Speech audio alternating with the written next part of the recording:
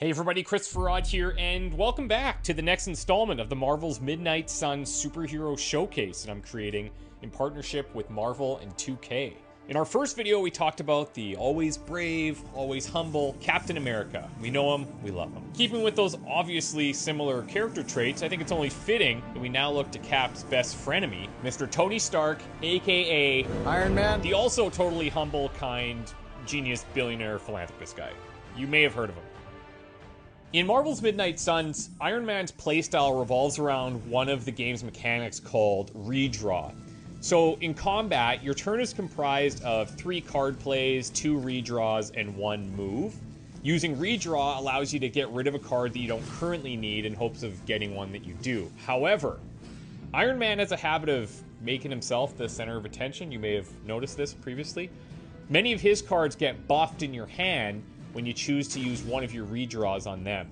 As a result, he's basically a jack of all trades, but he masters them all too. Area damage, direct damage, support, defense. The man can blast anything, and on a personal aside, he's also a blast to play with. So when asking yourself, is this a mission for Iron Man? You'll almost always be able to justify having him in your squad. You do have to keep his redraw mechanics in mind though, because to utilize his powers effectively, you want your precious redraws to be consumed for Iron Man's benefit.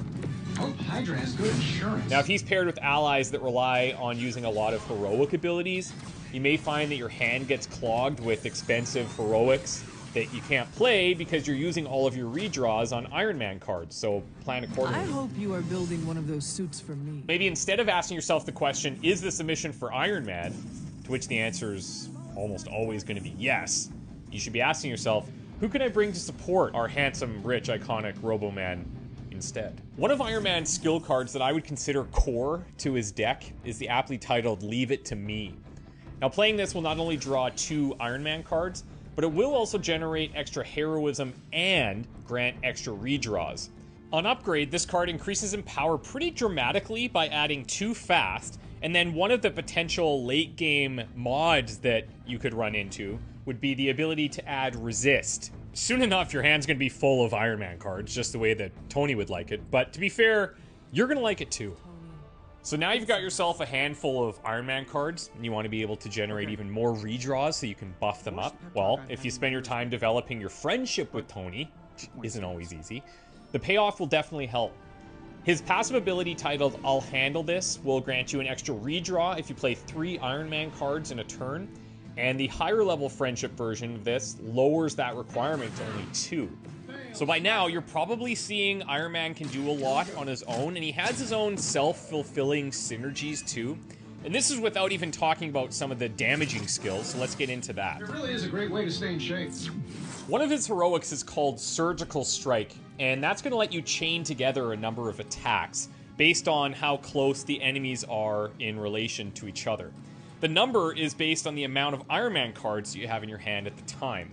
Now earlier we talked about potentially having a clogged hand, but if your hand is clogged with Iron Man cards, then Surgical Strike is going to absolutely crush.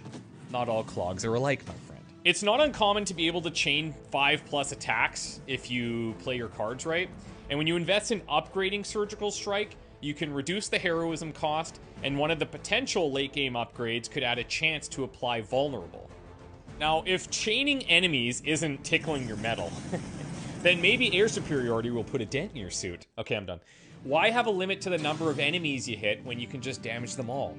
Air superiority not only looks stunning, but it can absolutely clear a battlefield if handled correctly.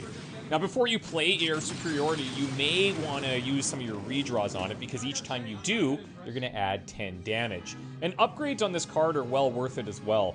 The first upgrade lets you more than double the base damage, and one of the potential late game upgrades could apply a mark to every remaining Hydra, setting up future free card plays really nicely. Now let's finish this up by showcasing Stark's incredible Midnight Suns card called Hellfire Beam. Utilizing the weapon that's closest to his heart, the Iron Knight shoots a beam of hellfire straight from his chest that hits all enemies in a line. And while the redraw on Hellfire Beam is similar in nature to air superiority, there's seemingly no limit to how many times you can redraw to buff it, whereas air superiority does have a cap.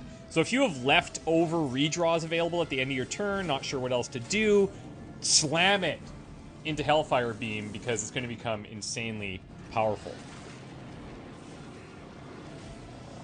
At its second level upgrade, each knockout grants an extra redraw, which continues to pump up Iron Man's cards. And one of the potential late game upgrades can add a chance to apply Marked.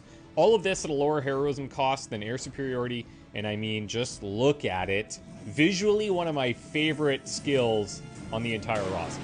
So, as you can see, Iron Man is a flashy guy with a flashy suit and a flashy deck to match. It's all just a rather very intelligent system that works extremely well on its own, but at the end of the day, he's only one man in a suit. He is going to need the help of some friends to defeat Lilith in the ultimate battle to save the world. One of those closest friends will be coming up in a showcase soon, so if you're not already subscribed to the channel, now would be a good time to do so. We'll have all these videos in a playlist, so come back anytime and catch up on any videos you may have missed or rewatch them or anything you like. We're fine, we're cool, everyone's easy. Remember to check out the links down below for all things Marvel's Midnight Suns, and thank you so much to Marvel's Midnight Suns for working with me on this series. We will see you in the next one.